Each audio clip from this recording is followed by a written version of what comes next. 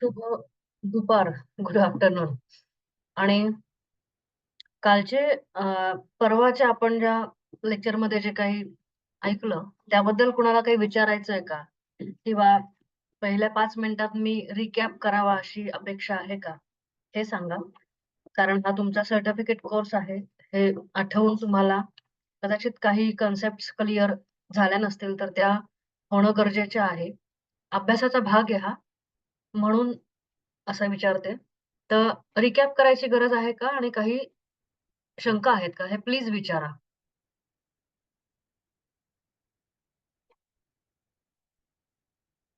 Okay. Please recap. अजून?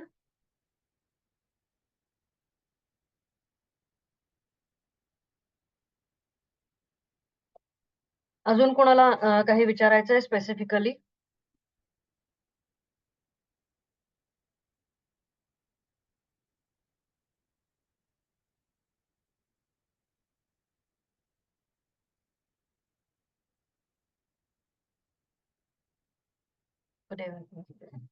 Okay. तर रिकॅपमध्ये आपण हे बघितलं मागच्या लेक्चरमध्ये म्हणजे परवा, की माणसाची उत्क्रांती ही 1,00,000 वर्षापूर्वी झाली. सुरुवातीला तो इतर प्राण्यांसारखाच होता. इतर प्राण्यांच्या तुलनेनं तो अशक्त होता, शक्ती नव्हती. शिकार करण्यातही अ, त इतर प्राण्यांइतका तरबेज नव्हता. म्हणून त्याला इतर प्राण्यांनी खाऊन सोडून दिलेलं मांस खावं लागायचं. त्यातून त्यानं हाडं फोडून त्यातला मधला गाभा खायला सुरुवात केली आणि त्यातून तिथे चरबी जास्त असल्यामुळे माणसाच्या उत्क्रांतीला चालना मिळाली. माणसाची सुरुवात माणूस या प्रजातीची सुरुवातच मुळात अ, शिकारी असल्यापासून झालेली आहे. शिकार ही टोळ्यांमधून व्हायची. तेव्हा टोळ्या असायच्या. तेव्हा कुटुंब संस्था नव्हती, टोळी संस्था होती. त्यामुळे टोळीतले सगळे लोकं एकमेकांचे रिलेटिव्हज म्हणजे लैंगिक अर्थाने रिलेटिव्हज होते. कुणीही कुणासोबत संबंध ठेवू शकत होतं, इव्हन ठेवत होते. त्यामुळे कुटुंब संस्था निर्माण झाली नव्हती.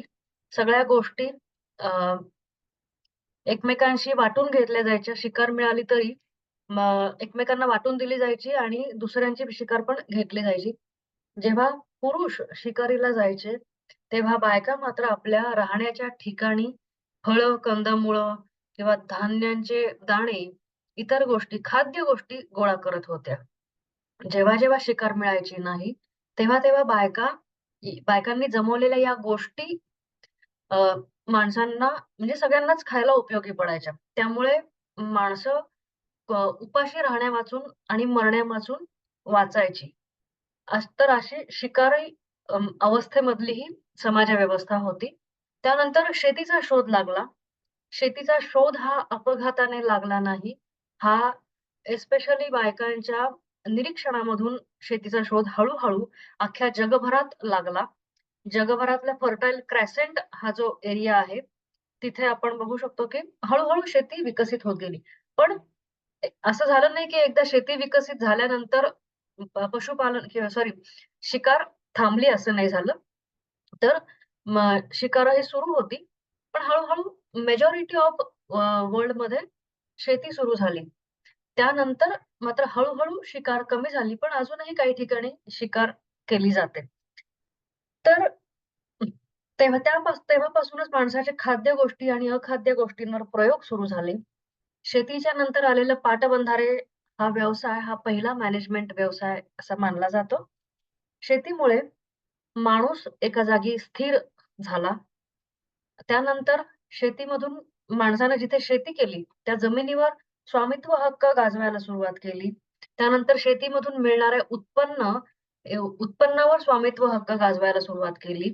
त्यानंतर स्वतःची शेती करून झाल्यानंतर, स्वतःच्या मृत्यूनंतर माझी शेती कुणाकडे जाणार?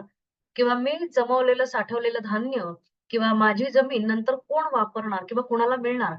हा जेव्हा प्रश्न निर्माण झाला, तेव्हा मात्र या प्रश्नाचं उत्तर माझ्यानंतर हे सगळं माझ्या मुलाला मिळायला पाहिजे असं अप अप ओघाने उत्तर आलं. मग माझा मुलगा कसा समजणार? तर शिकारी अवस्थेमध्ये असणारा माझा मुलगा हे समजण्याला काहीही उत्तर नव्हतं. ह्या प्रश्नाचं काहीही उत्तर नव्हतं. तर तेव्हा कारण शिकारी अवस्थेमध्ये सगळ्या स्त्रियांचे सगळ्या पुरुषांशी शारीरिक संबंध होते आणि स्त्री-पुरुष संबंधांमधून मूल जन्माला येतं, हे त्या काळातल्या माणसाला समजलेलं नव्हतं. हे हळू समजत गेलं. शेती आणि या सगळ्यांचा विकास झाला त्याच्यानंतर. मग त्यानंतर हे समजल्यानंतर माणसांनी हा विचार केला, की माझ्यानंतर माझी शेती जर माझ्या मुलाला मिळायची असेल, तर माझा मुलगा ओळखायला पाहिजे. मग माझा मुलगा कसा ओळखणार, की तो माझ्या बायकोला झालेला मूल, हे माझं मूल. तर मग माझी बायको तरी माझी कशी राहील? तर मग तिथून विवाह बंधन आले, धर्मसंस्था आल्या, नीतिसंस्था आल्या, समाज संस्था आल्या. थोडक्यात शेतीनंतर या सगळ्या गोष्टी निर्माण झाल्या. तर शेतीनंतर माणसानं शेतीच्याच थोडंसं अगोदर नंतरच्या काळामध्ये अग्नीचा वापर सुरू केला आणि त्यानंतर अग्नी आणि शेती या 2 गोष्टींची जेव्हा माणसाला सवय झाली, त्यानंतर माणसाचा दिवसाचा वेळ हा वाचायला लागला. त्यापूर्वी माणसाच्या 24 तासातला जवळपास सगळा वेळ अन्न शोधणं आणि अन्न पचवण्यात जात होता. कारण कच्चं मांस खाणं आणि पचवणं अवघड असतं. शेतीमुळे अ, अन्नधान्य मिळणं, मुबलक प्रमाणात अन्नधान्य मिळायला लागलं. त्यानंतर ते पचणं, अग्नीमुळे ते शिजवून पचवणं सोपं झालं. त्यामुळे दिवसाचा जास्तीत जास्त वेळ माणसाला क्रिएटिव्ह गोष्टी करण्यासाठी वापरता यायला लागला. त्यानंतर म्हणजेच शेतीनंतरच माणसाने संस्कृती, कला, साहित्य, संगीत, चित्रकला, नृत्यकला या सगळ्या गोष्टींचा उगम शेतीनंतर झाला किंवा आपण म्हणू शकतो की शेतीमुळे झाला. या सगळ्या गोष्टी झाल्या. तर हा सगळा खरं म्हणजे इतिहास हा अन्नाचा नसून माणसाचा अन्नाभोवती फिरणारा हा इतिहास आहे. त्यामुळे याचा अभ्यास करणं हे फार इंटरेस्टिंग आहे. तर ह्या हे सगळं मागची हजारो वर्ष चालू होतं. या नंतरच्या काळामध्ये धान्य निर्माण झाल्यानंतर कच्चं धान्य कधीही पचण्यासारखं नव्हतं. मग ते शिजवायचं कसं? अख्खं धान्य शिजवलं तेही अवघडच होतं. मग ते धान्य भिजवून शिजवण्याकडे माणसाचा कल गेला. भिजवल्यानंतर त्याचं एक तर बिअरमध्ये रूपांतर व्हायला लागलं. नाही तर त्याचं आंबवण्यामध्ये रूपांतर झालं आणि तिथून मग ची निर्मिती झाली. त्यानंतर धान्यांची पिठं केली गेली. पिठं झाल्यानंतर मग पुन्हा ब्रेडसारखे पदार्थ, पोळी किंवा असे रोटी, ब्रेड अजून जे काही चपटे पदार्थ असतात ते सगळे झाले. मग जेव्हा बिअरचा शोध लागला ह्याच्यामध्ये धान्यामध्ये जेव्हा धान्य आंबलं यीस्टमुळे, त्यातून बिअर आणि ब्रेड या दोन्हींचा शोध माणसाला अपघाताने लागला असं म्हटलं जातं. त्याच्या शोधाचे स्टोरीज पण 2-4 गृहीतक, स्टोरीज, थेरम्स हे सगळं परवाच्या लेक्चरमध्ये सांगितलं. थोडक्यात सांगायचा हेतू हा, की ब्रेडचा शोध हा साधारणपणे पिरॅमिडचे जेव्हा बांधकाम चालू होतं, त्या काळामध्ये लागला होता 5,000-6,000 वर्षापूर्वी. त्यानंतर मात्र अं, मध्ययुग आलं. मध्ययुगामध्ये अर्थातच अनेक रेनेसान्स तर घडलाच, पण अनेक रोगराई होती, सगळं होतं. माणसाचे जीवनमान कमी होतं. या नंतरच्या काळामध्ये मात्र रेनेसान्सच्या काळामध्ये औद्योगिक क्रांतीच्या अलीकडच्या काळामध्ये अ, वसाहतवाद आला. हे आपल्या सगळ्यांना माहिती आहे, की युरोपियन देशांनी इतर सगळ्या देशांवरती अ, आशियाई देशावरती राज्य करायचा प्रयत्न केला. त्यांना लुटायचा प्रयत्न केला. त्यातून मसाले आणि इतर सगळ्या गोष्टी त्यांनी आपल्याकडून घेऊन तिकडं दिल्या. तेव्हा मसाल्यांना प्रचंड म्हणजे प्रचंड भाव होता आणि प्रचंड मागणी होती. उदाहरणार्थ, आपण आपल्या घराचं भाडं आज काही हजार रुपयांमध्ये देतो. 10,000, 20,000, 30,000 असं काही भाडं असतं.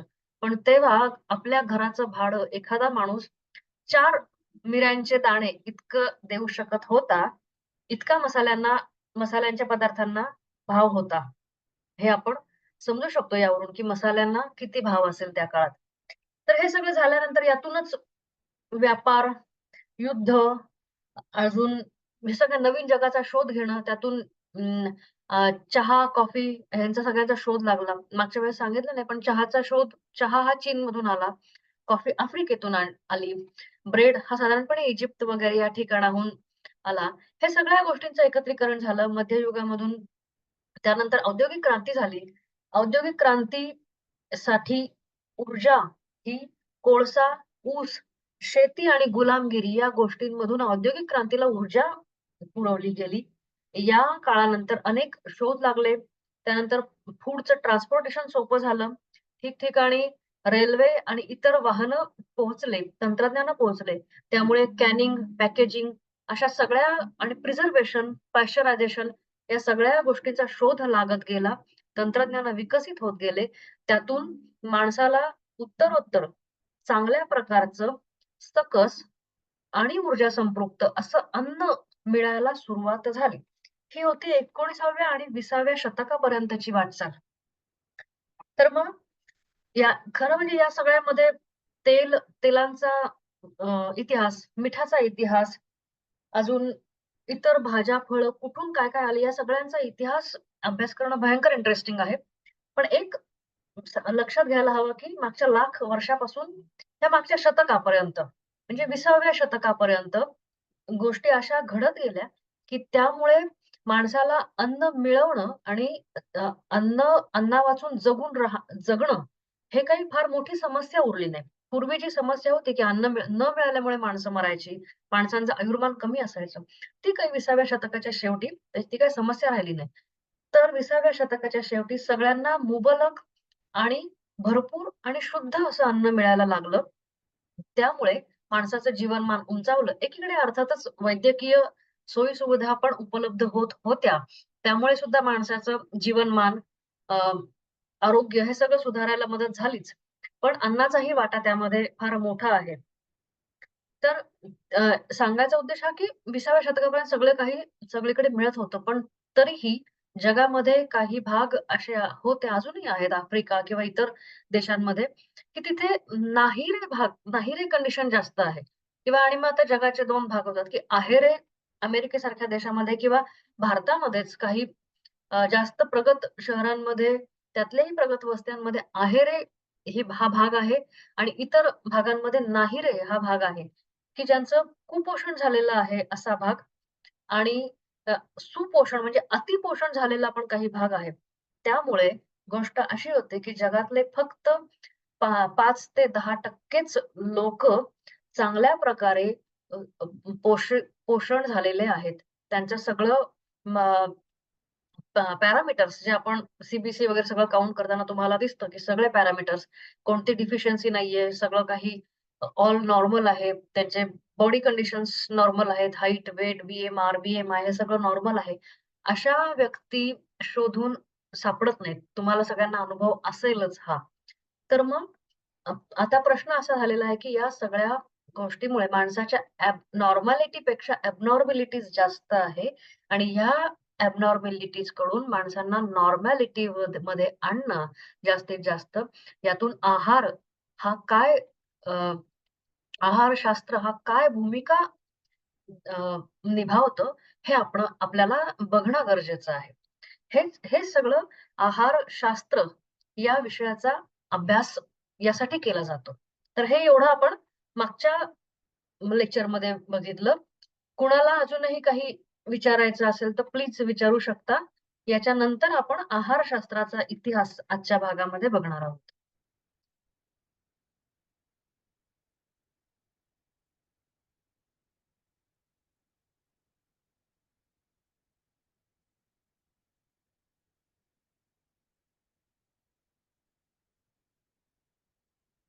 कुणालाच काही विचारायचं नाही? माझा आवाज तरी येतोय का? म्हणजे मलाच कळत नाही, की मी मग एकटी बोलतीये की काय?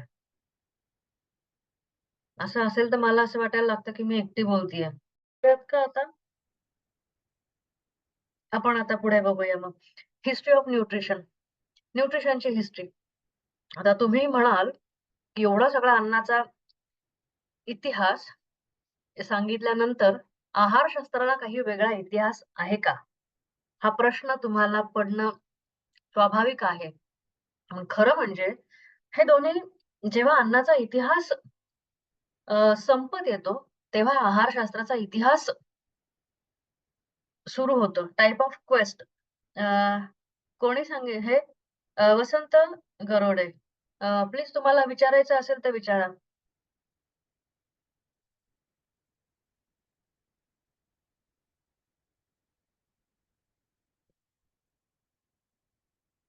कोणी हँड रेज केलाय? कंटिन्यू. ओके. तर गोष्ट अशी आहे, की जिथे अन्नाचा इतिहास नॉर्मल गोष्टींसाठी जरा कमी होतो किंवा फारशी गती होत नाही, त्याच्यानंतर किंवा साधारणपणे त्या काळामध्ये आहारशास्त्राचा इतिहास सुरू होतो. आहारशास्त्रामध्ये माणसाला काही प्रश्न जे पडले, त्या प्रश्नांचा उत्तरं शोधण्याचा इतिहास, त्या प्रश्नांची उत्तरं शोधायचा माणसाचा प्रवास म्हणजे आहारशास्त्राचा इतिहास आपण म्हणू शकतो. तर हे प्रश्न कोणते होते, की माणसाच्या पोटात किंवा इतरही सगळ्या प्राण्यांच्या पोटात अन्न पचतं म्हणजे नेमकं काय होतं? हे माणसाला फार पूर्वीपासून पडलेलं कोडं होतं. दुसरा प्रश्न असा होता, की माणूस जे काही अन्न खातो, म्हणजे आज समजा एखाद्याने ब्रेड खाल्ला, एखाद्याने पोळी खाल्ली, एखाद्याने पराठा खाल्ला, एखाद्याने भात खाल्ला किंवा एखाद्याने दारू पिली. या सगळ्यामध्ये कार्बन, हायड्रोजन, ऑक्सिजन हेच सगळे घटक आहेत. पण त्यातून प्रत्येकाला मिळणारी ऊर्जा ही सारखी आहे का? किंवा अन्नामधून ऊर्जा मिळते म्हणजे नेमकं काय होतं?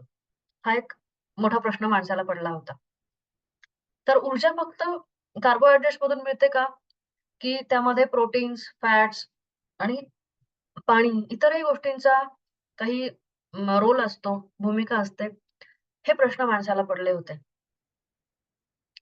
एखाद्या पदार्थामुळे आपल्याला आजार होतो का? किंवा एखादा पदार्थ नाही खाल्ला किंवा खाल्ला तर आपल्याला आजार-विकार होतो का? या प्रश्नांच्या या प्रश्नांची उकल म्हणजेच आहारशास्त्राचा इतिहास आहे. आणि अर्थातच या प्रश्नांची उकल करायला माणसानं काही आज किंवा मागच्या 10-15 वर्षात, 20 वर्षात प्रयत्न नाही सुरू केले. तर हे प्रयत्न किंवा या प्रश्नांचा शोध माणसानं साधारणपणे 15व्या-16व्या शतकापासून घेतलेला शोध आहे. तुम्ही म्हणाल कसं काय? तर गोष्ट अशी आहे, की हिप्पोक्रेटसनंच म्हटलेलं आहे. हिप्पोक्रेटस आपल्या सगळ्यांना माहिती आहे, की वैद्यकशास्त्राचा पितामह, जो ख्रिस्तपूर्व 4थ्या आणि 5व्या शतकात होऊन गेला. त्यानं असं म्हटलंय, की "your food be thy your medicine and your medicine be thy your food." म्हणजे तुमचं अन्न हे तुमचं औषध असलं पाहिजे आणि तुमचं औषध हे तुमचं अन्न असलं पाहिजे. असं हिप्पोक्रेटसनं स्वतः म्हणून ठेवलं होतं. आजपासून जवळपास 2500 वर्षांपूर्वी.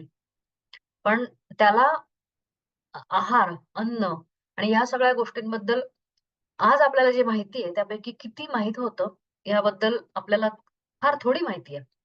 त्यांना असं हेही म्हटलं होतं, की आजारी माणसाला चांगलं सकस अन्न द्या. त्याला हवेशीर आणि योग्य सूर्यप्रकाश मिळेल अशा वातावरणामध्ये ठेवा. त्याच्या मनावरचा ताण हलका करा आणि त्याला विश्रांती घेऊ द्या. म्हणजे अर्थातच हिप्पोक्रेटसनी आपल्याला फार महत्त्वाच्या गोष्टी सांगितल्या आहे, की मानसिक आणि शारीरिक दोन्ही आरोग्य अ, टिकवण्यासाठी किंवा मिळवण्यासाठी चांगलं अन्न, स्ट्रेस फ्री लाईफ, चांगली शुद्ध हवा आणि भरपूर पाणी आणि विश्रांती या सगळ्या गोष्टींची गरज असते. आज जे आपण सांगतो आणि ज्या गोष्टी आपल्याला आता मिळणं दुरापास्त झालेलं आहे, ते हिप्पोक्रेटसनं 2500 वर्षापूर्वी सांगून ठेवलंय. तर दुसरा मुद्दा येतो, तो म्हणजे गेलन. गेलन हा हिप्पोक्रेटस नंतरचा हुशार डॉक्टर होऊन गेला. आपल्या सगळ्यांना माहिती आहे हा ग्रीक मधला होता. इस इसवी सन पूर्वी 2ऱ्या-3ऱ्या शतकामध्ये हा गेलन होऊन गेला. गेलनला हिप्पोक्रेटसच्या वेळेस बहुधा डिसेक्शन किंवा ह्या गोष्टी नव्हत्या. माणूस कसा अन्न पचवतं किंवा आपल्या शरीरात काय-काय होतं, या गोष्टींची त्या काळी फार मोठी हे नव्हती, त्या नॉलेज नव्हतं. पण गेलननी माणसाला झालेल्या जखमा या त्याच्या आतमध्ये डोकवायच्या खिडक्या आहेत, असं म्हटलं होतं. याचाच अर्थ त्या काळात सुद्धा डिसेक्शन अलाऊ नव्हतं. पण गेलनला डिसेक्शन करून माणसाच्या शरीराच्या आतमध्ये काय आहे, हे बघायची उर्मी मात्र खूप जास्त प्रबळ होती, असं आपल्याला जाणवतं. त्याच गेलननं अन्नाविषयी म्हणजे फूड बद्दल आणि त्याच्या चयापचय, रक्त याच्याबद्दल काय म्हटलं होतं, की रक्त हे पचन संस्थेमध्ये तयार होतं. म्हणजे आतड्यांमध्ये किंवा जठरामध्ये, यकृतामध्ये सगळं असं या ठिकाणी रक्त तयार होतं आणि त्यामुळे आपल्याला जे काही ऊर्जा मिळते, रक्त हे जीवनदायी आहे वगैरे त्या काळात जे समज असतील ते. असं गेलननं म्हटलं होतं. अर्थातच हे चुकीचं आहे आपल्याला आज माहिती आहे. अर्थात गेलननी बऱ्याच चुका केल्या होत्या. पण गेलननी काही शोधांसाठी पाया रचला होता. त्यामुळे पुन्हा प्रश्न निर्माण झाला, की रक्त नेमकं कुठे तयार होतं? किंवा रक्त हे सतत तयार होत राहतं का? किंवा एकदा शरीरामधून एका ठिकाणाहून दुसरीकडे गेलेलं रक्त पुन्हा फिरून तिथे येतं का? का शरीरात सतत नवीन रक्त तयार होत असतं? तर ब्लड सर्क्युलेट होत असतं, की फ्लो होत असतं? हे हे शोधणं विल्यम हार्वेने हा शोध लावला. तर हे शोधणं हा फार मोठा वैद्यकातला शोध मानला जातो. आपल्या सगळ्यांना माहिती आहेच. तर गेलन आणि हिप्पोक्रेटसच्या नंतरचा काळ बऱ्यापैकी 15व्या-16व्या शतकापर्यंतचा काळ हा निष्क्रिय काळ मानला जातो. त्या काळामध्ये फारसं काही झालं नाही. पण एक झालं 8व्या ते 9व्या शतकामध्ये मात्र मध्य पूर्वेमध्ये बऱ्याच बरेच शोध लागत होते. बरेच शास्त्रज्ञ निर्माण होत होते आणि त्याच काळामध्ये जेव्हा युरोपामध्ये निष्क्रिय काळ होता, तेव्हा आपल्याकडे वैदिक काळ होता. तेव्हा आपल्याकडच्या सुश्रुतानं म्हणजे अर्थात हा आहारशास्त्राच्या थोडा बाहेरचा विषय आहे, पण तरी एका वाक्यात सांगते. आपल्याकडच्या सुश्रुतानं अशा काही पद्धती निर्माण केल्या होत्या, की तिकडच्या लोकांना एनाटॉमी मधल्या गोष्टी कळणार नाहीत. इतकं चांगलं तंत्रज्ञान सुश्रुतांना आपल्याकडे तयार केलं होतं आणि सुश्रुताला त्यांच्यापेक्षा जास्त चांगली एनाटॉमी त्या काळी माहिती होती. वैदिक काळामध्ये माहिती होती. हे आपल्याकडचा इतिहास हे सांगतो. पण गोष्ट अशी झाली, की ज्ञानाची आदान-प्रदान होणं थोडं कमी झालं. त्यामुळे त्यांच्याकडच्या गोष्टी पुढे गेल्या, आपल्याकडच्या गोष्टी इकडेच राहिल्या असं एक म्हणू शकतो. अर्थात हा फार मोठा वादाचा मुद्दा आहे. पण पुढे जाऊ आपण आता, की 16व्या शतकामध्ये काय झालं, की 16व्या शतकामध्ये बेल्जियम म्हणजे युरोपातल्या बेल्जियमच्या लुवाईन या गावामध्ये अँड्रियस वेसालियसचा जन्म झाला आणि हा शास्त्रज्ञ म्हणजे वैज्ञानिक इतका झपाटला होता एनाटॉमीचा अभ्यास करण्यासाठी. त्याला वेडच लागलं होतं एनाटॉमीचा अभ्यास करायचं, की आणि अर्थातच त्या काळामध्ये डिसेक्शन करायला परवानगी नव्हती. तेव्हा तेव्हा शव म मिळत नव्हते. मग हा व्हेसालियस वयाच्या 18 ते 22-23व्या वर्षी इतर लोकांच्या अंत्यसंस्काराला हजर राहायचा. लोकं सणावाराला हजर राहतात. हा माणूस बघा अंत्यसंस्काराला हजर राहायचा आणि तेव्हा आपल्याकडे जसं प्रेत जाळतात तसं त्यांच्याकडे जाळायचे नाहीत. त्यांच्याकडे पुरतात इतर धर्मियांमध्ये. तर सगळे प्रेत पुरल्यानंतर सगळेजण आपापल्या ठिकाणी गेल्यानंतर हा तो प्रेत उकरून काढायचा आणि रात्र झाली की आपल्या घरी घेऊन यायचा आणि मेणबत्तीच्या प्रकाशामध्ये त्या शवाचं डिसेक्शन करून त्याचा अभ्यास करायचा. हा एवढा माणूस पॅशनेट होता, की कुठेतरी कुणाचा तरी मृत्यू झाला हे कळल्यानंतर शव चोरी करून घेऊन यायचा. माणसाने चोरी कशाची करावी बघा, ह्याने प्रेतांची चोरी केली. तर त्याच्या या गोष्टीमधून एनाटॉमीचा त्याचा अभ्यास इतका दांडगा झाला होता, की डोळे मिटून त्याच्या हातात जर एखादं हाड ठेवलं किंवा एखाद्या हाडाला त्याला स्पर्श करायला सांगितला, तर तो डोळे मिटून हे कोणत्या अवयवातलं कुठलं हाड आहे आणि ते कोणत्या उंचीच्या स्त्री-पुरुषाचं कशाचं आहे हे सांगू शकत होता. एवढा दांडगा अभ्यास केला होता या वेसालियसने. पण गोष्ट अशी होती, की त्याला फक्त हाडांचाच अभ्यास करता आला. कारण अनेक वेळा थडग्यामधून चोरून आणायचं, त्याला काही दिवस उलटलेले असायचे किंवा काही झालं. त्याच्यामुळे त्याला पूर्ण पार्ट म्हणजे शरीराच्या इतर मांस वगैरे या गोष्टीचे पार्ट पूर्ण मिळायचे नाहीत, पण हाडं मात्र राहायचे. ते म्हणून त्याचा हाडांचा अभ्यास जास्त चांगला झालेला होता. आणि या कंडिशनमध्ये त्याला पडुआ विद्यापीठाच्या म्हणजे इटलीच्या पडुआ विद्यापीठामधून आमंत्रण आलं अभ्यास करण्यासाठी. तिकडच्या एका न्यायालयातला एक न्यायाधीश या वेसालियसवर इतका खुश झाला होता त्याच्या अभ्यासावर, की त्यानं त्याला हे सांगितलं, की "तुला जेव्हा प्रेतांची आवश्यकता असेल तेव्हा सांग. तेव्हा मी माझ्याकडच्या कैद्यांना अं, फाशीची शिक्षा त्यावेळेस द्यायला सांगतो." म्हणजे आपल्याला आज शिष्यवृत्ती मिळते, आपल्याला फेलोशिप मिळते किंवा आपल्याला प्रवास खर्च मिळतो. तर या वेसालियस या महाशयाला त्याच्या गरजेच्या वेळेस लोकांना मारलं जावं हे हे अशा प्रकारची शिष्यवृत्ती मिळाली होती. तुम्ही विचार करा काय कल्पना असेल ही. त्यानंतर कैदीसुद्धा स्वतःला अं, मेल्यानंतर आपलं विच्छेदन वेसालियसच्या हातून केलं जावं म्हणून नंबर लावायचे, की नाही माझ्या मृत्यूनंतर माझं विच्छेदन ह्याच्या हातून व्हायला पाहिजे म्हणजे माझ्या जीवनाचं सार्थक होईल, असं कैद्यांना वाटायचं. त्यामुळे वेसालियसला नंतर अभ्यास करणं फार सोपं झालं आणि वेसालियसनी बऱ्यापैकी एनाटॉमी आज आपण जे अभ्यास करतो, त्याचा पाया आणि त्याच्यातलं बहुतांश ज्ञान वेसालियसनं आपल्याला दिलेलं आहे. हे आपल्याला कधीही विसरून चालत नाही. त्यानंतरच्या काळामध्ये हार्वे आला. हार्वेनी ब्लड सर्क्युलेशनचा शोध लावला. पण वेसालियसचं एक एक वेसालियसने एक बघून ठेवलं होतं, की आपल्या पोटामध्ये हायड्रोक्लोरिक ॲसिड असतं आणि त्यातून अन्न पचतं. असा एक वेसालियसने शोध लावला होता. पण त्याच काळामध्ये इतरही प्राण्यांच्या आणि पक्ष्यांच्या पोटामध्ये हायड्रोक्लोरिक ॲसिड असतं याचा शोध लागला होता. मग हे एक शोध लागला. हे शोध बाजूला पडला.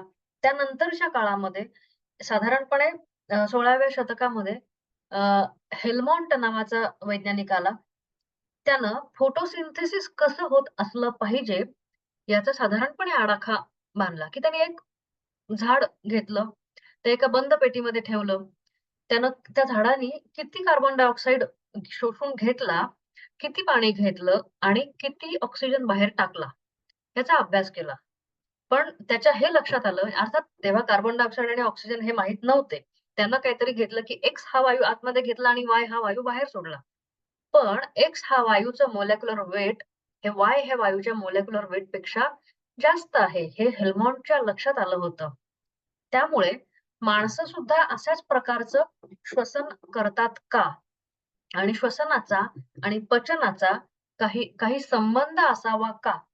याचा पाया मात्र हेल्मॉन्टनी रचला आणि इथेच पचन आणि श्वसन या दोन्हींचा काय संयोग आहे आणि त्यातून आहारशास्त्र आपण जे नेहमी म्हणतो, की व्यायाम व्यायाम, एक्सरसाइजेस, कार्बन डायऑक्साईड बाहेर टाकणं, ऑक्सिजन आतमध्ये घेणं, आपला बीएमआर आणि या सगळ्या गोष्टींचा इतका घनिष्ठ संबंध याच्यातून पुढे निर्माण झालेला आहे, की यातून विज्ञानाचे बरेच ब्रांचेस पुढे आले.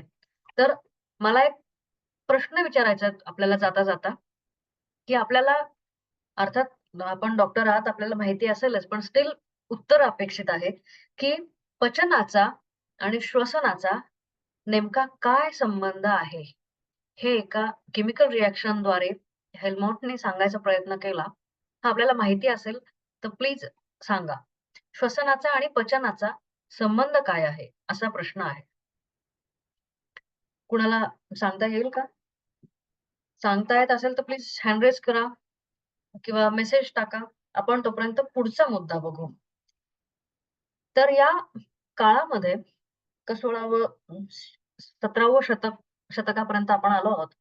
तर पचन ही एक रासायनिक क्रिया आहे. आता पोटामध्ये हायड्रोक्लोरिक ॲसिड असतात. हे तर आपण बघितलं. इथं त्या काळापर्यंत हे माहीत झालं होतं, की पोटामध्ये हायड्रोक्लोरिक ॲसिड असतं. की पचन ही रासायनिक क्रिया आहे, की आपण दही घुसळतो, मिक्सरमधून काहीतरी बारीक करतो. तशासारखी चर्निंग सारखी मेकॅनिकल क्रिया आहे. हा प्रश्न तेव्हा पडला होता. माणसानं सॉरी हेल्मॉन्टनं हा थोडासा सोडवायचा प्रयत्न केला. तर हेल्मॉन्टने हे सांगितलं, की माणसाचं पचन हे जठरामध्ये सुरू होतं. म्हणजे स्टमकमध्ये पचनक्रिया सुरू होते आणि लॉ ऑफ एनर्जी कन्झर्वेशन म्हणजे mass is converted into energy and energy can be converted into mass. हे जो लॉ ऑफ कन्झर्वेशन ऑफ एनर्जीचा नियम आहे, या नियमाला अनुसरून हेल्मॉन्टनी एक विधान केलं. ते म्हणजे की अ, आपण खाल्लेल्या अन्नाचं ऊर्जेमध्ये रूपांतर होतं. म्हणजे थोडक्यात आपल्याला मिळणारी ऊर्जा ही अन्नातून मिळते आणि पचन हे जठरामध्ये सुरू होतं. तर हे law of conservation of energy हा माणसाच्या शरीरामध्ये सुद्धा अप्लाय होतो. हे त्या काळी सांगणं अर्थात त्यांनी वेगळ्या शब्दामध्ये सांगितलं असेल. तर हे हे सांगणं म्हणजे त्या काळी प्रचंड म्हणजे प्रचंड क्रांतिकारी होतं. विचार करा तुम्ही हे 16वं-17वं शतक होतं. त्या काळी भारतामध्ये शिवाजी महाराज आणि या सगळ्यांचं राज्य होतं. तेव्हा आपल्याकडे नॉलेजच्या दृष्टीने आपल्याकडे काय माहिती होतं आणि इतर ठिकाणी काय चाललं होतं ह्याचं तुम्ही रिलेट करू शकता. तर 17व्या शतकामध्ये पुन्हा प्रश्न आला, की वेसालियसने हे म्हणलं होतं, की पचन पोटामध्ये सुरू होतं स्टमकपासून. तर सिल्व्हियस नावाचा एक वैज्ञानिक होता युरोपमध्ये लायडन विद्यापीठामध्ये, की त्यानं हे सांगितलं, की पचन होणं म्हणजे अन्न आंबणं. म्हणजे इडलीचं पीठ कसं आंबतं किंवा एखादी गोष्ट खराब होते म्हणजे ती आंबते. म्हणजेच पचन होतं हे खरं म्हणजे आंबण्यासारखी क्रिया आहे ही, असं त्यांनी सांगितलं. पचन इज फर्मेंटेशन.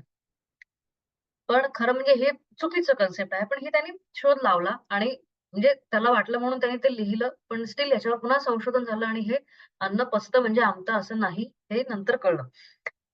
1665 मध्ये एक वैज्ञानिक होता वॉर्टन. वॉर्टन नावाचा. त्यानं लाळेच्या ग्रंथी शोधून काढल्या. आपल्याला माहिती आहे, की आपल्या तोंडामध्ये 3 लाळेच्या ग्रंथी असतात.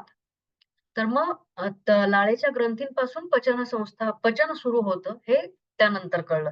अर्थात त्याने हेल्मॉन्टने जे सांगितलं होतं, की पचन स्टमकमध्ये सुरू होतं, हे विधान खोडून काढलं आणि त्यानं सांगितलं, की पचन हे लाळेपासून म्हणजे आपल्या तोंडापासूनच सुरू होतं. हे सांगून त्याने फार मोठं काम केलं. त्यानं पॅनक्रियाटिक डक्ट सुद्धा शोधून काढली. त्यानं वॉर्टन 1665 मध्ये वॉर्टन्सबद्दल बोलतीये मी. त्यानं बाईलचं पृथक्करण केलं. पण त्यानं सांगितलं होतं, की बाईल हे ॲसिड आहे. तर खरं म्हणजे नंतर बाईलचं पृथक्करण झाल्यानंतर बाईल हे ॲसिड नसून बाईल हे कोलेस्टेरॉल, पाणी, सॉल्ट आणि थोड्या प्रमाणात ॲसिड या सगळ्याचं मिळून बनलेलं असतं हे नंतर कळतं. आणि त्यानं सांगितलं, की अन्न पचतं म्हणजे आंबणं नाही. हे अन्न पचणं हे रासायनिक आणि ही वेगळी क्रिया आहे, हे त्यानं सांगितलं. पण त्यानंतर काय झालं, की 1608 ते 1689 च्या कालावधीमध्ये असणारा जिओवानी बोरेली नावाचा वैज्ञानिक आला आणि जिओवानी बोरेली यानं हे सांगितलं, की पचन ही यांत्रिक क्रिया आहे. पचन ही रासायनिक क्रिया नाहीच आहे. अगोदरच्या आधी लोकांनी सांगितल्याप्रमाणे पचन ही रासायनिक क्रिया नाहीये, तर ती यांत्रिक आहे. त्याचं कारण त्यांनी देताना असं म्हटलं, की पचन ही जर रासायनिक क्रिया असती, तर आपणच आपलं आतडं, आपणच आपलं जठर, आपणच आपल्या पोटातले अवयव पचवून नसते का टाकले?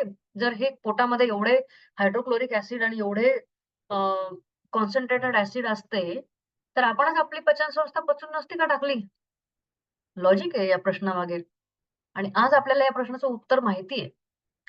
तर या प्रश्नाचं उत्तर असं आहे, की हे आपण आपली पचनक्रिया पचवून टाकण्या इतके हे ॲसिड स्ट्रॉंग असतात. ही गोष्ट जरी बरोबर असली, तरी आपल्या पोटातले पेशी ह्या दर 4 दिवसांनी नवीन निर्माण होत असतात. त्यामुळे आपण आपले पोटातले अवयव कधीही पचवून संपवून टाकत नाही. तर हे त्याच्या जिओ बोरेलीच्या प्रश्नाचं उत्तर हे फार नंतर कळलं आपल्याला. पण अर्थातच त्याचा प्रश्न लॉजिकल होता आणि बरोबर होता. तर पुन्हा वाद सुरू झाले, की पचन होतं म्हणजे काय नेमकी बाबा सांग आता काय होतं नेमकं? की केमिकल होतं, की मेकॅनिकल क्रिया होते, की नेमकं होतं काय? तर पुढे पुन्हा एक रेम्यू नावाचा वैज्ञानिक आला. त्यानं त्यानं हेच शोधून काढलं, की आपल्या पोटामध्ये गॅस्ट्रिक ज्युसेस असतात, त्यातून पचन होतं. थोडक्यात 18व्या शतकापर्यंत रेमीर 18व्या शतकात आला. तर रेमीर 18व्या शतकामध्ये पर्यंत पचन होतं म्हणजे नेमकं काय होतं, या बाबतीमध्ये बऱ्यापैकी गोंधळ उडालेला होता. त्या काळातले काही टेक्स्ट बुक्स जर आपण बघितले, तर त्या टेक्स्ट बुकमध्ये सुद्धा बऱ्यापैकी चुकीची माहिती घुसडलेली होती, हेही आपल्याला आज कळतं आणि ते वाचून मजा येते. एकदा काही मिळाले रेफरन्स तर नक्की बघा. तर 18व्या शतकापर्यंत गोंधळ होता. पण आता 18व्या शतकामध्ये 19व्या शतकामध्ये विल्यम ब्युमॉन्ट नावाच्या डॉक्टरची या सगळ्या नाट्यामध्ये एंट्री झाली आणि हा डॉक्टर अ, पचनाचा आणि आहारशास्त्राचा पूर्ण इतिहास घडवणार होता. हे त्याच्या आयुष्यामध्ये हे घडलेल्या घटनेमुळे हे सगळं झालं. झालं काय, की दिवस होता 6 जून 1822. 6 जून 1822 हा दिवस पचनाच्या आणि आहारशास्त्राच्या इतिहासातला फार महत्वाचा दिवस होता. ठिकाण होतं अमेरिकेतला मिशिगन रस्ता. मिशिगन रस्त्यावरती अलेक्सिस मार्टिन नावाचा एक मुलगा 17-18 वर्षाचा मुलगा असेल. अलेक्सिस मार्टिन नावाचा एक मुलगा काहीतरी विकत उभा होता. मग काय ते फळं किंवा काहीतरी विकत उभा असेल तो. त्याला अचानक एक 3-3.5 फूट लांबून एक गोळी लागली. बंदुकीची गोळी लागली.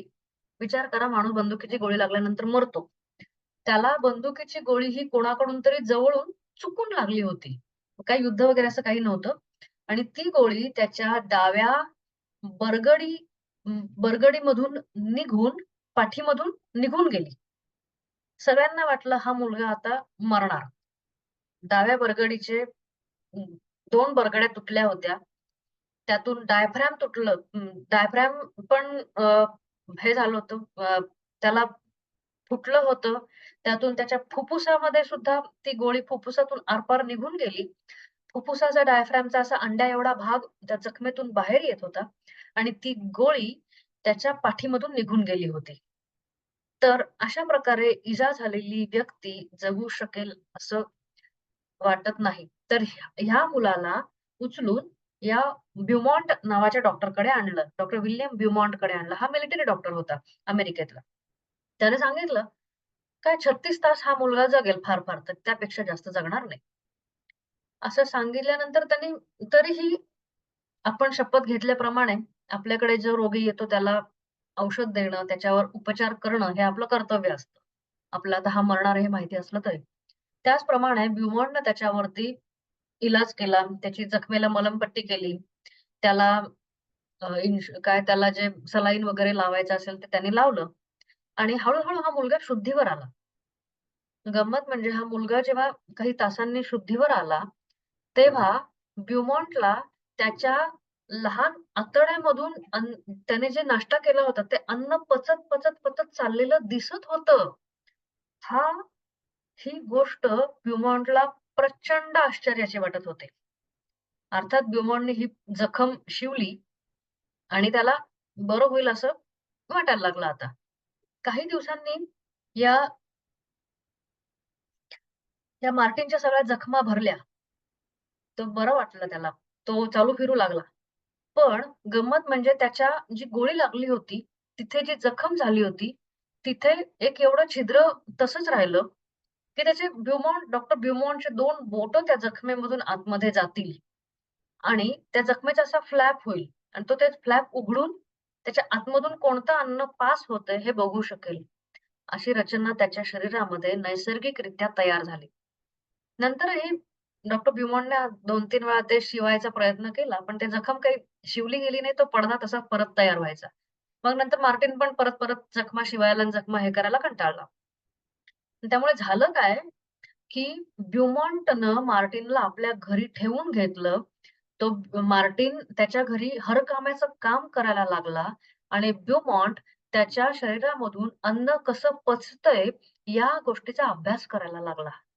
ही फार मोठी गोष्ट होती इतिहासातली आणि हा या दोघांचा अभ्यास म्हणजे ड्युमॉन्टचा अभ्यास आणि मार्टिनचं त्याच्या घरी काम करणं.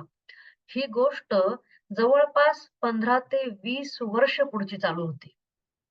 या सगळ्यामध्ये अ, ब्युमॉन्टनं पचन संस्थेचा प्रचंड अभ्यास केला, की अन्न पचतं म्हणजे काय होतं? एखादा ब्रेडचा तुकडा हा ब्युमॉन्ट काय करायचा? ब्रेडच्या तुकड्याला दोरा बांधायचा. तो दोरा त्याच्या खांद्याला अडकवायचा पर्ससारखा आणि ते उरलेला तो ब्रेड त्याच्या पोटामध्ये टाकून ठेवायचा. थोड्या वेळाने तो उघडून बघायचा, किती पचलंय? किती राहिलंय? असं करून ब्युमॉन्टनी शेकडो पदार्थ किती वेळामध्ये पचतात आणि ते पचताना त्यांचं काय-काय होतं, या सगळ्या गोष्टींचा प्रचंड बारीक अभ्यास केला. यामधून ब्युमॉन्टनं जवळपास 52 शोधनिबंध लिहिले. अन्न पचनाबद्दल. त्यातून ब्युमॉन्टनं भाज्या, फळं, बीफ, ब्रेड या सगळ्या गोष्टी कशा पचतात हे लिहिलं आणि या गोष्टींचे अ, प्रयोग करण्यासाठी इतर सगळीकडे दाखवण्यासाठी ब्युमॉन्टनं या मार्टिनला अनेक देशोदेशी फिरवलं. घेऊन जायचा, दाखवायचा आणि आपले प्रयोग सिद्ध करायचा. या सगळ्यातून ब्युमॉन्टनं 51 निष्कर्ष काढले आणि हे निष्कर्ष असे होते, की कोणता पदार्थ पचायला किती वेळ लागतो. त्यातून दुधाचं पचन होतं, म्हणजे दुधाचं दही होतं.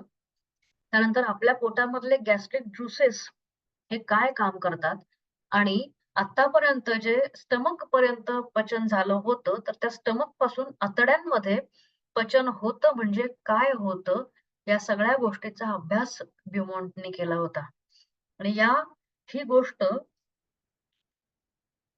फार इतिहासातली फार मोठी गोष्ट मानली जाते. त्यामुळे ब्युमॉन्टला फादर ऑफ गॅस्ट्रोएन्टेरोलॉजी हा बहुमान मिळालेला आहे. आपल्याला ऐकायला फार रोमहर्षित झाल्यासारखं होतं ही सगळी ब्युमॉन्टची स्टोरी ऐकून. नंतर अर्थातच त्या दोघांचे कसे भांडणं पण झालेले आहेत. त्यांची वादावादी झाली. मार्टिनच्या मार्टिनचं मृत्यू झाल्यानंतर पण त्याचं शव इतरांनी डिसेक्शनसाठी मागितलं होतं. मग मार्टिनच्या घरातल्या लोकांनी त्याला कसं म्हणलं, की तुम्ही आता फार त्याच्या शरीराची फार चाळणी करून टाकलेली आहे. आता त्याला शांत विश्रांती घेऊ द्या, असं म्हणून त्यांनी चर्चमध्ये सुद्धा त्याला मेल्यानंतर नेलं नाही. स्वतःच्याच घरात त्याचं दफन केलं वगैरे ह्या सगळ्या गोष्टी प्रचंड इंटरेस्टिंग आहेत. पण महत्त्वाचा मुद्दा मात्र मी आता सांगितलेला आहे. त्यानंतर पचन होतं म्हणजे आपल्या ग्रंथी कशा सक्रिय होतात याच्यावरती इव्हान पावलोव यानं महत्त्वाचे प्रयोग केले. हे सुद्धा आपल्या सगळ्यांना माहिती आहे, की कुत्रा होता, तर घंटी वाजवायची आणि त्याला अन्न द्यायचं.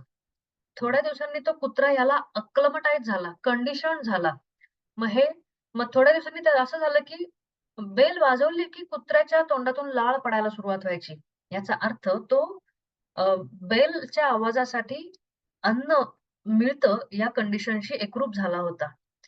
म्हणून आपली पचनसंस्था ही फक्त हार्मोनल किंवा डायजेस्टिव्ह सिस्टम सारखी नसून आपली पचनसंस्था ही न्यूरोलॉजीवर सुद्धा आधारित आहे, हे त्यातून लक्षात आलं. मग या सगळ्यानंतर म्हणजेच आपल्या शरीरातल्या अन्नाचं पचन होतं, म्हणजेच हे नर्व्हस सिस्टम आणि एंडोक्राईन सिस्टम या दोन्ही सिस्टम्सच्या मुळे घडणारी घटना आहे.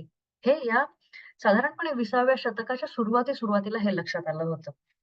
मग आता पचन ही मेकॅनिकल आणि केमिकल अशा दोन्ही प्रकारची क्रिया आहे, हे सगळं सांगितलं गेलं होतं.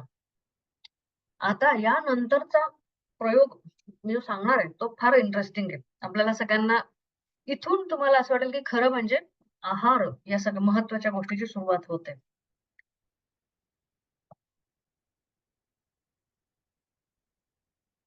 तर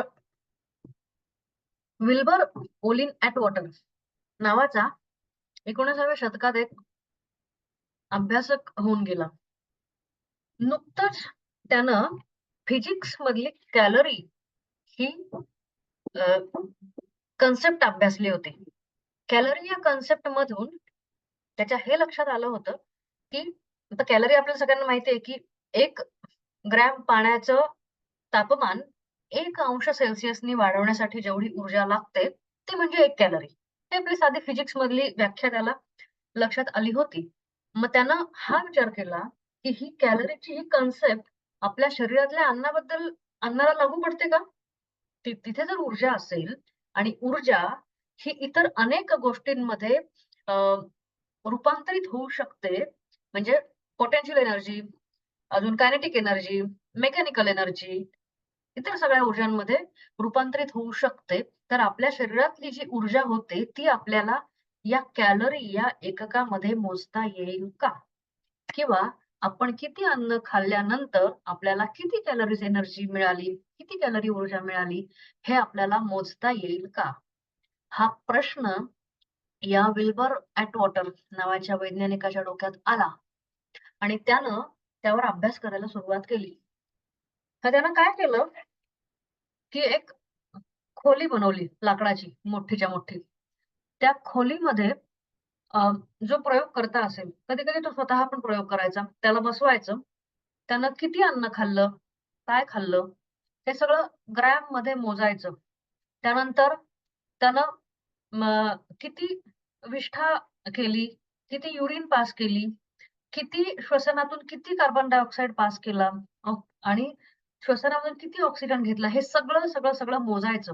4 ते 5 दिवस हा प्रयोग चालायचा. 4-5 दिवस त्यांनी जे काय खाल्लं-पिल्लं म्हणजे जे काही इंटेक आहे आणि जे काही आउटलेट आहे, हे सगळं मोजायचं आणि त्याचं कुठे त्याचा ताळा होतोय का? हे बघायचं. खरं म्हणजे याचा ताळा व्हायला पाहिजे. पण या गोष्टीचा काही ताळा कधी लागला नाही त्याला विल्बर ॲटवॉटरला. पण त्यानं कॅलरी ही कन्सेप्ट मात्र आपल्याला महत्त्वाची दिली. मग या गोष्टीचा ताळा का झाला नाही? तर या गोष्टीचा ताळा अशा गोष्टीमुळे झाला नाही, की त्याला तो कार्बन डायऑक्साईड आणि ऑक्सिजन या दोन्हींचं माप एकच समजत होता आणि बेसल मेटाबॉलिक रेट ही जी गोष्ट असते, म्हणजे आपल्याला ऊर्जा मिळते, पण आपली बरीचशी ऊर्जा शरीरांतर्गत कार्य होण्यासाठी वापरली जाते. त्याच्यासाठी जी ऊर्जा लागते, ती म्हणजे बेसल मेटाबॉलिक रेट. हे हे त्याने गृहीत धरलं नव्हतं. ते फिक्स अमाउंट असते काहीतरी प्रत्येकासाठी. तर ते गृहीत न धरल्यामुळे त्याचा चुकत होता. पण या गोष्टीमधून त्यानं आपल्या शरीरात जाणाऱ्या प्रत्येक पदार्थामध्ये किती ऊर्जा असते, 1 ग्रॅम कार्बोहायड्रेटमधून किती ऊर्जा मिळते, 1 ग्रॅम फॅटमधून किती ऊर्जा मिळते, 1 ग्रॅम प्रोटीनमधून किती ऊर्जा मिळते. या सगळ्या गोष्टींचा अभ्यास त्यांनं फार मोठ्या प्रमाणावर केला आणि त्यामुळे विल्बर ॲटवॉटरचा हा प्रयोग फार महत्त्वाचा आणि गाजलेला मानला जातो. मग आता आपल्याला बऱ्याचशा गोष्टी माहिती झालेल्या आहेत, की पचन कसं होतं, अजून कॅलरी म्हणजे काय आणि हे सगळं काय-काय होतं. मग आता आता आता एक गोष्ट लक्षात येते, की कार्बोहायड्रेट्स, प्रोटीन, फॅट्स या गोष्टींचं पचन होतं.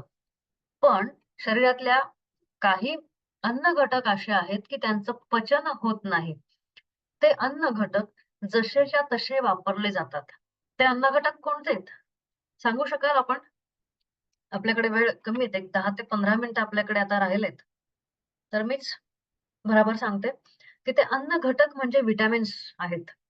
व्हिटॅमिन्स हे आपण घेतो तसेच्या तसे ते वापरले जातात आणि व्हिटॅमिन्स हे आपल्या शरीरातल्या कोएन्झाइम्स या गोष्टींबरोबर काम करतात आणि व्हिटॅमिन्स आणि कोएन्झाइम्स हे बहुतांश वेळा हॉर्मोन्स किंवा केमिकल्स मधले कॅटलिस्ट असतात.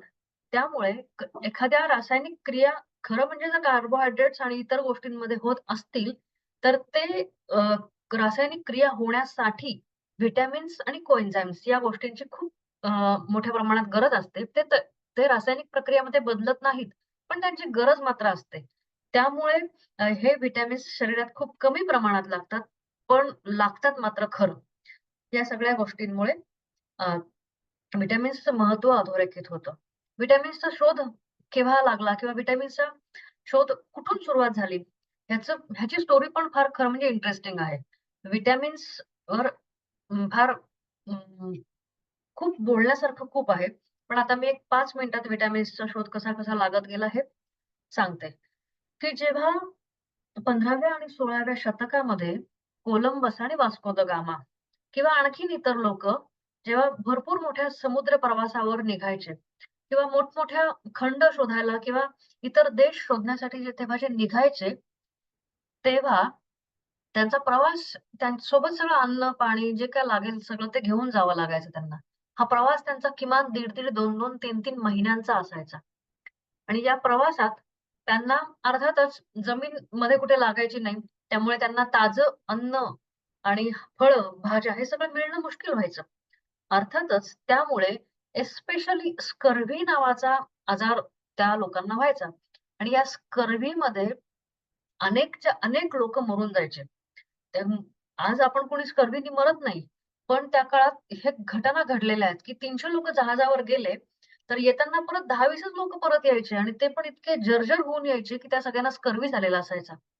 स्कर्व्हीमध्ये प्रचंड अशक्तपणा, अ, दात तुटणं, हिरड्यांमधून रक्त येणं वगैरे या सगळ्या गोष्टी व्हायच्या. मग मग एका कोणत्यातरी बेटावरती उतरलेले असताना त्यांना कोणत्यातरी गवताचं पाणी प्यायला दिलं आणि म्हणजे मरणप्राय लोकं होते, ते सुद्धा बरे झाले. अशा काही स्टोरीज आहेत. पण विल्बर ॲटवॉटर किंवा सॉरी विल्बर ॲटवॉटर तर झाला. पण स्कॉटिश डॉक्टर जेम्स लिंड ह्या डॉक्टरनं 17व्या 18व्या शतकामध्ये यावर अभ्यास केला आणि त्यांना हे लक्षात आणून दिलं, की जेव्हा ताज्या फळं आणि भाज्या हे लोकांच्या आहारात असतात, जेव्हा लाईम्स म्हणजे लिंब लोकांच्या आहारामध्ये असतात, तेव्हा त्यांना स्कर्व्ही होत नाही. हे त्यांना शोधलं, पण हे एक्सेप्ट करायला मात्र फार वेळ गेला. त्यानंतर 1900 1900 साली हार्मोन्स किंवा व्हिटॅमिन्स वगैरे या सगळ्यांचे शोध लागायला सुरुवात झाली 1900 सालापासून. 1905 साली पेकेल हरिंग नावाच्या वैज्ञानिकानं फॅट सोल्युबल व्हिटॅमिन्सचा शोध लावला. त्यानंतर व्हिटॅमिन बी चा शोध ख्रिश्चन आयझॅक मॅन यानं 1878 म्हणजे बऱ्यापैकी पूर्वी लावला होता. तर मग ह्याचा शोध मात्र फार इंटरेस्टिंग आहे. मध्ये-मध्ये मी उड्या मारत चालली आहे, कारण थोडा आपल्याला वेळ कमी आहे. तर बेरी-बेरी हा शोध साधारणपणे एशियन कंट्रीजमध्ये, जपानमध्ये वगैरे होत होता, बेरी-बेरी हा आजार. तेव्हा असं लक्षात आलं, की अ, एका ठिकाणी असलेल्या हॉटेलमध्ये एका ठिकाणी असलेल्या कोंबड्यांना हा आजार झालेला आहे, असं लक्षात आलं. तर तेव्हा हा ख्रिश्चन आयझॅकमॅन नावाचा वैज्ञानिक तिकडे गेला आणि त्या कोंबड्यांवर अभ्यास करू असं त्याने ठरवलं. तो अभ्यास करणार तेवढ्यात त्याच्या असं लक्षात आलं, की सगळ्या कोंबड्या अचानक बऱ्या झालेल्या आहेत. मग त्यांनी तो बुचकळ्यात पडला, की कोंबड्या बऱ्या कशा काय झाल्या? मग त्यांनी हे शोधलं, की कोंबड्या काय खात होत्या किंवा काय खात नव्हत्या. तर मग तो तिकडच्या आचार्याला जाऊन भेटला, की "अरे बाबा, तू काय दिलं त्यांना खायला म्हणजे या कोंबड्या बऱ्या झाल्या?" तर मग तो म्हणला, की "पूर्वीचा आचारी या कोंबड्यांना चांगला भात खायला देत होता. म्हणजे जरी उरलेला असला तरी तो चांगला भात आहे, काहीतरी वापरता आला असता, त्याच्या माणसांनी खाल्ला असता. तर मग मी त्यांना कच्चा भात नाही खायला घालत, मी त्यांना ह्याचा कोंडा खायला घालतो. अ, ह्याचा तांदळाचा." मग हे लक्षात हे सांगितल्यानंतर त्या आयझॅकमॅनच्या डोक्यातली ट्यूब पेटली आणि त्याच्या असं लक्षात आलं, की तांदळाच्या कोंड्यामध्ये असं काहीतरी गोष्ट असलं पाहिजे, की ज्याच्यामुळे बेरी-बेरी हा आजार बरा होतो किंवा बेरी-बेरी हा आजार टळतो. मग त्यानंतर त्यांनी अनेक प्रयोग केले आणि मग हे शोधलं, की बेरी-बेरी हा आजार बरा होण्यासाठी तांदळातल्या तुसं किंवा धान्यांचं होल ग्रेन खाणं गरजेचं आहे थोडक्यात. तर मग पण त्यावेळेस मात्र एक गोष्ट होत होती, की तेव्हा मायक्रोस्कोप आणि या सगळ्या गोष्टींचे शोध लागत होते. तेव्हा अनेक आजारांसाठी वेगवेगळे सूक्ष्मजंतू, बॅक्टेरिया स्पेशली कारणीभूत आहेत. हेही लक्षात येत होतं. त्यामुळे अ, आयझॅकमॅन बरेच दिवस हा आजार कोणत्यातरी सूक्ष्मजंतूमुळे होत असावा, याच शोधामागे सूक्ष्मजंतू शोधायच्या मागे होता. आणि अनेक लोकं सुद्धा सूक्ष्मजंतूमुळेच काही आजार होतात. म्हणजे व्हिटॅमिन्सच्या अभावामुळे होणारे काही आजार हे अनेक वैज्ञानिकांनी सूक्ष्मजंतूच्या अभावामुळे होतात, असं सांगितलं होतं. पण नंतर-नंतर या गोष्टी चुकीच्या ठरल्या आणि काही आजार हे अन्न घटकाच्या अभावामुळे होतात, हे लक्षात आलं. पण गंमत अशी झाली, की 1905, 10, 15, 20 या सालांमध्ये इतके व्हिटॅमिन्सचे शोध लागले, इतके व्हिटॅमिन्सचे शोध लागले, की त्यांना स्वतंत्र नावं देणं अवघड झालं आणि vitamin A, B, C, D, E, F, G, H, I, J, K, L, M, N अशा पासून व्हिटॅमिन पी पर्यंत व्हिटॅमिन शोधले गेले. त्यामुळे मजा अशी झाली, की जो तो उठायचा आणि तो मी एम व्हिटॅमिन शोधलं, मी एन व्हिटॅमिन शोधलं, मी ओ व्हिटॅमिन शोधलं. हे सगळं करायला लागले. पण गोष्ट अशी झाली, की खरं म्हणजे व्हिटॅमिन्स खूप त्यापेक्षा खूपच कमी होते आणि हे व्हिटॅमिन्स नंतर लक्षात आलं, की हे फेक आहे सगळे शोध. त्याच्यामुळे फक्त ए, बी, सी, डी, ई आणि के हे व्हिटॅमिन्स राहिले आणि त्याच्यानंतर ह्यांची नावं पण तीच राहिली. मधले सगळे व्हिटॅमिन्स गळून पडले. पण एक गोष्ट व्हिटॅमिन पी हे अस्तित्वात आहे, हे आपल्याकडच्या एका स्त्री शास्त्रज्ञानं शोधून काढलेली गोष्ट आहे. हे कदाचित आपल्याला माहीत नसेल. हे मी सांगते आणि आपण या व्हिटॅमिन्स या गोष्ट इथे थांबवू. त्या शास्त्रज्ञ म्हणजे डॉक्टर कमला सोहनी होत्या. कमला सोहनी हे नाव कदाचित आपण ऐकलं नसेल. पण आपण दुर्गा भागवत हे नाव ऐकलं असेल. फार मोठ्या लेखिका होत्या दुर्गा भागवत आणि कमला सोहनी या दुर्गा भागवतांची मोठी बहीण होत्या. ह्या कमला सोहनी कुन्नूरमधल्या हॉस्पिटलमध्ये संशोधन करत होत्या. त्यांच्या असं लक्षात आलं, की एका मुलाला स्कर्व्ही झालेली आहे आणि व्हिटॅमिन सीचे कितीही मोठे डोसेस दिले, तरी त्या मुलाची स्कर्व्ही बरी होत नाहीये. जेवढा व्हिटॅमिन सी तो घेत होता, तेवढं पूर्णच्या पूर्ण व्हिटॅमिन सी त्याच्या युरिनमधून पास होत होतं. आणि त्याच्या शरीरावरती, त्याच्या हातापायांवरती ज्या जखमा झालेल्या होत्या, त्या बऱ्या होत नव्हत्या. तर मग त्यांनी काय लॉजिक वापरलं, की जखमा होतात, याचा अर्थ तिकडच्या कॅपिलरीज फुटलेल्या आहेत. त्या कॅपिलरीज मधून रक्त बाहेर येतंय. म्हणजेच ब्लड व्हेसल्स वीक आहेत. आणि त्यांच्या एक लक्षात आलं, की पूर्वी जे पैलवान असायचे, म्हणजे आता पण जे पैलवान असायचे ते अ, हे खायचे, हरभरे भिजवलेले आणि उकडलेले हरभरे खातात. हे त्यांना माहीत होतं. मग त्यांनी काय केलं, काही हरभरे भिजवले, ते उकडले, त्याला मीठ, लिंबू पिळलं आणि त्या मुलाला ते वाटीभर हरभरे दररोज खायला द्यायचे. असं त्यांनी काही दिवस केल्यानंतर या मुलाचं व्हिटॅमिन सीची डेफिशियन्सी भरून आली. तर यातून त्यांनी असा शोध लावला, की हरभऱ्यांमध्ये किंवा इतर गोष्टींमध्ये व्हिटॅमिन पी हे बायोफ्लुएनाइड नावाचं व्हिटॅमिन आहे आणि ते व्हिटॅमिन सीच्या ॲब्सॉर्प्शनला मदत करतं. हा खूप मोठा महत्त्वाचा शोध त्यांनी लावला. पण दुर्दैवाने याची कुठे दखल घेतलेली मला तरी दिसलेली नाही. पण त्यांच्या स्वतःच्या पुस्तकामध्ये हे डिटेल्डमध्ये हे संशोधन त्यांनी लिहिलेलं आहे. तर हे होता व्हिटॅमिन्सचा शोध. मग आतापर्यंत आपल्याला काय-काय माहिती आहे पचन संस्था आणि आहाराबद्दल ते मी रिवाईज करते 1-2 मिनिटात.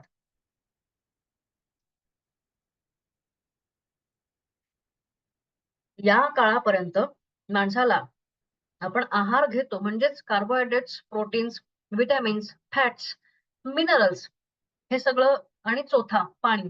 हे सगळ्या गोष्टी घेतो हे माहीत होतं. आतापर्यंत पचन कसं होतं हे माहिती झालं होतं आणि पचनामधून माणसाला ऊर्जा मिळते हेही माहीत झालं होतं. आता पुढची गोष्ट म्हणजे आणि व्हिटॅमिन्समुळे काही आजार टाळता येतात आणि काही आजार बरे होतात, हेही माणसाला कळलेलं होतं. आता पुढची गोष्ट अशी आहे, की वेगवेगळ्या डायट्सचा शोध कसा लागला? आपण म्हणतो, की मी कीटो डायट केलं, मी डॅश डायट केलं, मला अमकं-ढमकं डायट सांगितलेलं आहे, मला लो कार्ब डायट सांगितलेलं आहे. तर हे सगळं डायट आले कुठून? हा आपल्याला प्रश्न पडतो. तर ह्या सगळ्या डायट्सचा बेस हा अ, दुसऱ्या महायुद्धामध्ये किंवा पहिल्या महायुद्ध, दुसऱ्या महायुद्ध या काळामध्ये लागलेले आहेत. त्याचं कारण या युद्धाच्या काळामध्ये अनेक लोकांना म्हणजे बहुतांश लोकांना अन्नधान्याचा पुरवठा कमी होत होता. मग त्याही काळामध्ये कोण दबून राहिलं किंवा कुणाला त्रास झाला नाही, कुणाला आजार झाले, या सगळ्याचा अभ्यास करायचं काम ॲन्सेल कीज नावाच्या एका वैज्ञानिकावर आलं. ॲन्सेल कीनं काही जीवघेणे प्रयोग केले. त्याला मिनेसोटा कॅलरीज एक्सपेरिमेंट असं म्हणतात, की त्यानं हे केलं, की मिनेसोटा विद्यापीठामध्ये एक 100-200 लोकांना बोलावलं आणि त्यांना अ, कॅलरी डेफिशियंट आहार दिला. त्यातून त्यांना 6 महिने शरीराच्या गरजेच्या निम्मा किंवा त्याहीपेक्षा कमी कॅलरीजचा आहार दिला. त्यातून त्यांच्या शरीरावर काय परिणाम झाला आणि त्यांच्या मनावर काय परिणाम झाला याचा अभ्यास केला. आणि त्यांनी खूप महत्त्वाचा शोध असा लावला, की आपल्याला कुपोषण हे फक्त शरीरावरच काम करतं असं नाही, तर कुपोषणामुळे माणसाचा मानसिकतेवर पण प्रतिकूल परिणाम होतात आणि हे परिणाम जेव्हा नंतर अन्न मिळतं, तेव्हा शरीर आपली झीज भरून काढतं. पण मानसिकरित्या झालेली हानी ही परत भरून येत नाही. हा शोध ॲन्सेल कीजनं लावला. शिवाय त्यानं मग माणसं खूप वर्ष जगतात अ, आणि आरोग्यवान जीवनशैली जगतात. 100-100 वर्ष 90, 80-90 वर्ष छान जगतात. याचं कारण काय असावं? हे शोधण्यासाठी त्यानं जगातल्या सगळ्याच्या सगळ्या खंडांमधल्या अनेक देशांचा अभ्यास केला. तेव्हा त्याच्या असं लक्षात आलं, की मध्य पूर्वेमधला समुद्र किनाऱ्याच्या आजूबाजूचा जो भाग आहे, त्या भागातले लोकं मुख्यत्वे करून पूर्ण धान्य सीड्स, नट्स आणि थोडीशी वाईन आणि भाजीपाला, फळं ह्या सगळ्या गोष्टी खातात. हे लक्षात आलं त्याच्या. त्यातून त्यानं मेडिटेरेनियन डायट हा डायट शोधून काढला आणि तो डायट तो स्वतः फॉलो करत होता आणि त्या डाएटनी त्याला स्वतःला 100 वर्षाचं आयुर्मान मिळालं. ही गोष्ट फार महत्वाची आहे डाएट्सच्या इतिहासातली. त्यानंतर एक गोष्ट झाली, की वर्ल्ड वॉर सेकंडमध्येच काही अ, काही जनतेला म्हणजे अनेक लोकांना गहू मिळाला नाही. मग गव्हाला पर्याय म्हणून अनेक लोकांनी बटाटा खायला सुरुवात केली, ऊर्जा देणारा. पण त्यामुळे असं झालं, की पूर्वी ज्यांना सेलियाक डिसीज होता. सेलियाक डिसीजमध्ये ग्लुटेन पचत नाही. तर मग असे सेलियाक डिसीज असणाऱ्या लहान मुलांना किंवा मोठ्या माणसांना या पोटॅटोच्या डायटमुळे पोटॅटोच्या डायटमुळे त्रास होणं कमी झालं. तर त्यातून असं लक्षात आलं, की गव्हामध्ये असं काही ग्लुटेन नावाचं असं काही प्रोटीन आहे, की ज्याच्यामुळे पोटाला त्रास होतो आणि काही लोकांच्या पोटाला त्रास होतो आणि त्यामुळे सेलियाक डिसीज होतं. मग हा सेलियाक डिसीज टाळण्यासाठी ग्लुटेन फ्री डाएट नावाचा डाएट आला. त्यानंतर जॉन हार्वे केलॉग आपला केलॉग्स त्याने शोधलाय का हे जरा बघायला पाहिजे. केलॉग्स जे आपण ब्रेकफास्ट सिरियल्स खातो ते. त्यानं पॅलिओ डाएट नावाचा डाएट शोधला. त्यानं हे म्हटलं, की माणूस जेव्हा पाककला शिकला त्याच्या पूर्वी तो जास्त हेल्दी होता, असं त्याचं म्हणणं होतं. तर मग पाककला शिकण्यापूर्वी माणसाचा डायट जसा होता, तशा प्रकारचा डायट जर खाल्ला, तर माणूस चांगलं जीवन जगेल आणि जास्त काळ जगेल आणि आजार-विकार होणार नाही. अशी या डायटची कल्पना होती. म्हणून त्यांनी पॅलिओ डायट नावाचा डायट शोधला. आता अजून एक डायटचा प्रकार म्हणजे आपल्याकडे मागचे शतकानुशतकं चालत आलेला प्रकार म्हणजे इंटरमिटंट फास्टिंग. तुम्हाला वाटेल, की इंटरमिटंट फास्टिंग हा तर आत्ताच आलेला आहे. तर तसं नाहीये. आपण जे उपास-तापास करतो किंवा सगळ्याच धर्मांमध्ये जे उपास-तापास करतात, ते उपास हे इंटरमिटंट डायटचाच एक प्रकार होतं. आता आज आपण म्हणजे एकादशी दुप्पट खाशी असं म्हणतो. पण पूर्वीच्या काळी खरं म्हणजे उपास म्हणजे खरोखर उपाशी राहावं लागायचं. तर उपास ही गोष्ट फार पूर्वीपासून आपल्याकडे आली आणि तीच मग आता आज कन्सेप्ट अशी झाली, की तुम्ही इंटरमिटंट फास्टिंग केलं 12 तास, 14 तास, 8 तास, तर मग तुमचं वजन कमी होतं आणि तुमचं एनर्जी वाढते, तुमचं आरोग्य सुधारतं वगैरे, वगैरे. त्यानंतर आणि हे अर्थात हे सगळ्या डाएट्सना किती वैज्ञानिक आधार आहे, हा खरं म्हणजे संशोधनाचा विषय आहे. ग्लुटेन डाएटला थोडाफार वैज्ञानिकाचा आधार आहे. पण बाकीच्या डाएटला काय जे काही ते दावा करतात, ते किती खरं आहे, हे आज आपण सांगू शकत नाही. पण यानंतर आलेला अमेरिकन नॅशनल हार्ट आणि लंग इन्स्टिट्यूटनी निर्माण केलेला डाएटचा प्रकार म्हणजे डॅश डाएट. डॅश डाएट म्हणजे dietary approach to start hypertension. Blood pressure control करण्यासाठी हा डाएट डाएटला सुरुवात केली होती. अमेरिकन नॅशनल संस्थेने. तर त्यामध्ये तुम्ही नॉन-व्हेज खाऊ शकता, सगळ्या व्हेजिटेबल्स खाऊ शकता, नट्स खाऊ शकता आणि दूध घेऊ शकता. पण साखर, मीठ, कोल्ड ड्रिंक्स, मैद्याचे पदार्थ आणि खूप प्रोसेस केलेले पदार्थ खाऊ नका. इतकं ह्या डाएटचं म्हणणं होतं आणि या डाएटवरतीच श खूप शास्त्रीय अभ्यास झालेला आहे आणि त्यातून असं लक्षात आलेलं आहे, की ह्या डाएटमुळे एक 2-3 महिने जरी हा डाएट पाळला, तरीही ब्लड प्रेशरचा काउंट 3-3, 4-4 अंकांनी खाली आलेलं आहे. हे असं लक्षात आलं. मग अर्थातच अनेक डाएट अजूनही आलेले आहेत. तुम्ही जर इंटरनेटवर शोधलं डाएट्सचे प्रकार, तर किमान 30 ते 40 डाएट्सचे प्रकार मिळतील. मग त्यानंतर मग Whole30 डाएट आहे, लो कार्ब डाएट आहे, अटकिन्स डाएट आहे, अल्कलाईन डाएट आहे, कीटो डाएट आहे, वेगन डाएट आहे. या सगळ्या प्रकारच्या डाएट्सना अनेक पुष्कळ वेळा काही शास्त्रीय आधार आहे किंवा अनेक वेळा शास्त्रीय आधार नाही पण. पण तरीही हे आहाराचे प्रकार आज वेगवेगळ्या ठिकाणी वेगवेगळे लोकं फॉलो करत असतात आणि त्यातूनच आहारशास्त्र ह्या गोष्टीला महत्त्व आलेलं आहे. पण स्टिल या सगळ्या डाएट्सपेक्षा आहारशास्त्र, क्लिनिकल न्यूट्रिशन हा पूर्णपणे वेगळा विषय आहे आणि हा अत्यंत गंभीरपणे घ्यायचा विषय आहे. तर क्लिनिकल डाएटमध्ये हार्टला प्रॉब्लेम आल्यानंतर काय घ्यायचं, काय टाळायचं, किती खायचं, किती कॅलरीज कशातून मिळतात, ह्या फार महत्त्वाच्या गोष्टी किंवा किडनीच्या आजारांमध्ये काय होतं किंवा इतर अनेक इन्फेक्शन्समध्ये काय खायचं, या सगळ्या गोष्टींचा उहापोह क्लिनिकल न्यूट्रिशन या गोष्टीमध्ये केलेलं आहे. त्यामुळे अमुक-अमुक प्रकारचा डायट कोणीतरी करतंय म्हणून आपण किंवा त्याची आज क्रेझ आहे किंवा त्याची आज फॅड आहे किंवा मला लोकांना वजन कमी करायला मदत करायची आहे किंवा आज डायटचं खूप फॅड आहे म्हणून मी आहारशास्त्र शिकतो किंवा शिकते, असं नसून आज इतर असे अनेक आजार आहेत, की ज्यांचा उपचाराबरोबरच आहाराचं इंटरव्हेन्शन हे फार म्हणजे फार महत्वाचं आहे.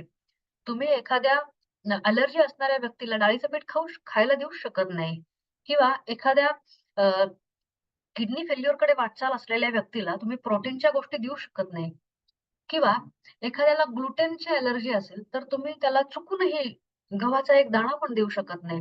अशा गोष्टी जेव्हा आपल्याला लक्षात येतात, तेव्हा आहार ही गोष्ट फक्त वजन कमी करणे किंवा वजन वाढवणे इतक्याच गोष्टीशी सीमित नसून, आहार या गोष्टीचा आवाका प्रचंड मोठा आहे, हे आपल्या लक्षात येतं. त्यामुळेच आहारशास्त्राचं नक्कीच म्हणजे नक्कीच अभ्यास करणं गरजेचं आहे आणि तुम्ही सगळ्यांनी आहारशास्त्र किंवा सर्टिफिकेशनसाठी नाव नोंदणी केली, त्याच्यात अभ्यास करायचा सुरुवात केली आणि तुम्हाला ह्याचं महत्त्व समजलं. या सगळ्या गोष्टींबद्दल मी तुमचं फार अ, मनापासून अभिनंदन करते आणि आहाराचा इतिहास हे 2 लेक्चर्स आपले संपलेले आहेत, असं जाहीर करते. त्याच्यानंतर आपला खरा अभ्यास इथून पुढे सुरू होणार आहे. तर थँक्स अ लॉट.